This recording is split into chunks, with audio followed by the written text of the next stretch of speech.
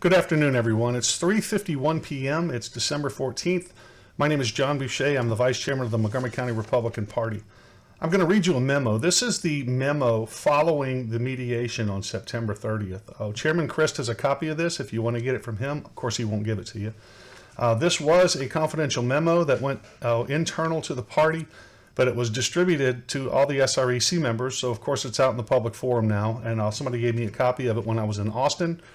So I want to go ahead and read it to you now. I think it's important for the record because after mediation, we were all sworn to confidentiality. And I told Chairman Rinaldi at the time, Bryan Christ is going to go out and tell people a bunch of stuff that he wants them to believe that's not true. And you're going to be handcuffing us because we're having confidentiality agreement with you here. And I said, I'm going to need a letter to confirm what we talked about here. And I was told I would get that letter, and I do have that letter now, although it didn't come to me the way that I hoped it would. But I need to share it with you because the email that Bryan Christ sent out to you after the mediation, I want you to go back and read that and see how it comports with the official report that I'm about to read to you, okay? RPT Officials Committee, Matthew Patrick, SD 16, Montgomery County Mediation. The purpose of this memorandum is to provide a summary of the Officials Committee of the events of September 30th, 2022, when Chairman Matt Rinaldi and I conducted a mediation for the Montgomery County Republican Party pursuant to Section 8M of the Rules of the Republican Party of Texas. It is not an assessment or a judgment of the validity or invalidity of the positions, complaints, or facts set out by either side. Rather, it is my assessment of the events of that day and the conduct of the individuals involved. As you know, the parties did not resolve their differences and no agreement was reached. That's unfortunate. That leaves the split in the MoCo CEC essentially unchanged. The two sides are represented by the following individuals. Chairman Bryan Christ, James Byers, Linda Stuckey, and Raquel Lewis. This side had a bit of a surprise to all involved by having their legal counsel attend via Zoom, Eric Opiala. Of note, Mr. Christ attempted to avoid the meeting and disclaim involvement in the dispute, attending only at the insistence of the chair. He also began the meeting in the same vein by claiming that he only followed the direction of the CEC and the rules. In this memo, I'll refer to this group as the Christ group. The other group was represented by John Boucher, Allison Winter, John Wirtz, and Robert Walker. In this memo, I'll refer to this group as the precinct chair group. Given the history of acrimony and tendency to devolve into a he said, she said recounts of past details, the mediation was conducted by placing each group in separate rooms, with the chair and I going back and forth, sometimes together and sometimes not. We made a point of pushing each group out of their comfort zone in an effort to move both sides towards an agreement. The meeting was scheduled to last 4 hours, but lasted 5.5. The notable events were, this is where it gets interesting. Both sides agreed that Chairman Christ was the duly elected chair of the county party. Both sides agreed that the list of chairs elected in the primary was correct and represented all duly elected precinct chairs at that point in time, with one dispute from the precinct chair group. That would be Gwen Withrow, by the way, because Ann Kate had resigned and Bryan kept her on. But I digress. Both sides acknowledged that the precinct chair group has the majority of members of the above referenced precinct chair list. So both sides, Bryan Christ group and our group, we know we have the majority, and they admitted we had the majority in the deal. And this point is particularly important since it impacts so much of what has been happening since the calling of competing meetings, whether those meetings have a quorum, and whether any decisions at those meetings are valid, including subsequent appointments of precinct chairs. While each side rehashed its grievances, the precinct chair group was more inclined to make concessions and more desirous to bring the county party back together, as we've been stating all along, by the way. The Christ group was more combative and unyielding, and only paid lip service on one occasion to desire to heal the rift. Ms. Stuckey and Miss Lewis rarely provided comments, although they did participate in sidebar conversations. Mr. Byers seems to be a significant source of the problems. At one point, when confronted by the chair for misreading of the bylaws, he proclaimed that they're poorly written. Within 2 minutes of that, he was thundering at me that he authored the bylaws himself. When I reminded him that he had only moments before condemned the bylaws as poorly written, and that if he authored them, then he was the source of the problem stemming therefrom. Is that true, and what he wanted to maintain? He responded with a simple, yes, it is true. Mr. Byers also concocted an excuse worthy of a Democrat when he attempted to explain that the Christ group's violation of the bylaws by calling Zoom CEC meetings was because some elderly precinct chairs were afraid to attend in-person meetings. See, they admit that the online meetings are invalid, and they know they are, but they're given an excuse. The Christ group did not respond to the idea of having a sergeant-at-arms or additional security at the meetings.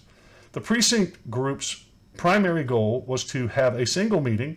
That's us. We're saying we want a single meeting with all precinct chairs present. They repeatedly expressed willingness to just follow the bylaws or make concessions if necessary to have a third-party led organizational meeting to bring the sides together. Makes sense? After hours of prodding, we seem to have achieved some agreement from the Christ group on minor concessions, although Mr. Christ was unyielding on one thing I believed was most necessary to bring the two sides together, and that was the chairing of a redone organizational meeting by a neutral third party. Chairman Rinaldi asked the Christ group to write out a best offer list of terms. Shockingly, when this list was produced, not only were none of the things we had agreed to verbally included, but they returned to their original proposal and added new conditions that had never been brought up. I strongly admonished Mr. Christ and Mr. Byers about the dueling meetings, noting that their continued calling of such meetings would provide the basis for additional possible actions by the SREC. Ultimately, the rift is, in my assessment, a result of a complete failure of leadership by Chair Christ. CECs across the state frequently have factions and/or disputes, and it is the chair's job to find a path through those disputes that works for both sides. Mr. Christ has not only failed in this principal duty, but seemed entirely uninterested in solving the problem. On questioning, he offered no solutions nor explanations of how things have gotten this far under his tenure. It will be unfortunate for the precinct chairs and for the Republican voters of Montgomery County if he continues in this vein, but ultimately it will be up to the voters to replace him in the next cycle, banning further action before then. Respectfully, Matthew Patrick, XD 16. So I want people to understand, when Chairman Christ tells you the Republican Party sided with him, that's not true. They did pass a resolution for Montgomery County saying that the party needs to follow the rules. And since Chairman Christ is the person responsible in the party for ensuring compliance, they were essentially saying, Bryan, follow the rules, which he's not doing. Also, Chairman Christ submitted a resolution recognizing himself for exemplary service, which was, I'm not kidding when I say it was laughed off the floor by everyone in the room. If you talk to the members of the SREC individually and the leadership in the party even, most of them, probably to a man, will tell you that they find Bryan Christ an embarrassment. He is a disgrace to the party, was used, and every one of them pretty much wants him to resign. They say that would be the best thing for him to save face by resigning. The official position of the Republican Party is there's 254 counties across the state. There are over 40 counties right now with chairmen involved in some similar idiocy to what Bryan Christ is involved in. So they're not going to really go after each party and involve themselves in trying to untangle 40-something parties across the state because they just don't have the resources and the time to do it. So what they're telling us is the CEC runs the CEC. And because it's acknowledged in here, this is the majority of the party, that's who runs the party. The chairman facilitates the business of the CEC. But our chairman has showed up so far, and when he didn't like the results of the meeting, he says, I adjourned it. If he doesn't like a vote, he says, I'm nullifying it. On 12/6, we had a meeting where everyone was supposed to come together. Everyone agreed it was a properly called meeting. He shows up, he chairs the meeting, he doesn't like the way the vote goes, so when the meeting's over with, he says, well, we were at ease that whole time. Robert's rule says you can put a meeting at ease without objection. He was objected to so vociferously that John Wirtz had to object to him, challenge the chair 3 times, and he was removed under Robert's Rules of Order as chair of that deal. And after it was over with, he said, we were at ease the whole time. So when you have a chairman that don't follow the rules and does this kind of stuff, the party's going to be split. So on 1/5, that's the next regular meeting, January 5th. What's going to happen is the roster for the role will be taken from mctxgop.org. If you are not a listed precinct chair on there, you will not be allowed to vote in the meeting. You will not be seated. If you try to disrupt the meeting, you will be asked to leave by the sergeant-at-arms. If you continue to disrupt the meeting, you will be removed from the building. If you're not one of the officers listed on mctxgop.org, you will not be seated on the dais and recognized as an officer.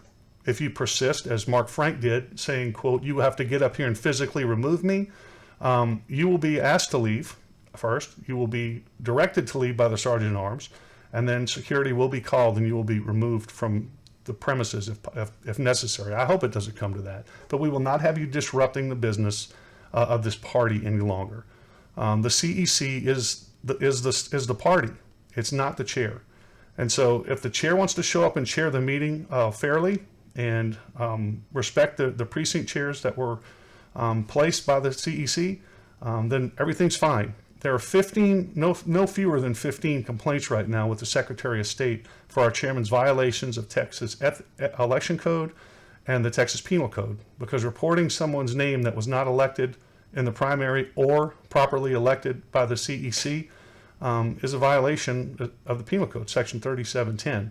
So what our chairman has done is he's gone out, recruited people, told them they're the precinct chairs in precincts that were already filled. He has also told people they are officers for positions that are already filled. He is trying to cause chaos. It is a horrible, it is an example of just a total failure of leadership. Now I realize some of you have been bamboozled, because I got to tell you, he is a world-class liar. They are very convincing liars. But I wanted you to have the straight scoop from the Republican Party of Texas. So when Bryan says they sided with us, that's not true. If the Secretary of State comes back and says, yeah, we're taking a hands-off approach, that's not siding with Bryan. That's just saying that they don't want to get involved in a political party. And I also submitted some information to the Secretary of State because Bryan's attorney gave false testimony before the SREC when he provided a piece of paper saying that all of our cases were rejected by the Secretary of State. Secretary of State has not responded, and the Republican Party of Texas has requested an expedited hearing on those cases. So what Bryan's attorney has stated is false, 100% false, not surprisingly. But I wanted you guys to have the update. So the meeting on 1/5 will be the next time we have our regular meeting. I hope to see you there. We will not put up with any more divisiveness in the party from our chairman or chaos. And, we'll move from there. But God bless you. Have a good day. Look, and if you've been one of the people fooled, please give me a call, 281-907. Would love to talk to you about this. I'm not surprised. There's a lot of people that are fooled by these people. But there are some of you, sadly, that you know what's going on, and you're just not a very ethical person. I've had to deal with you in the past. You know what's wrong, but you're doing it anyway. So shame on you. All I can do is remember who you are, and when you put your name on the ballot, work really hard to not allow you to be elected to a position with any sort of authority, because I already know what you are. Have a good day.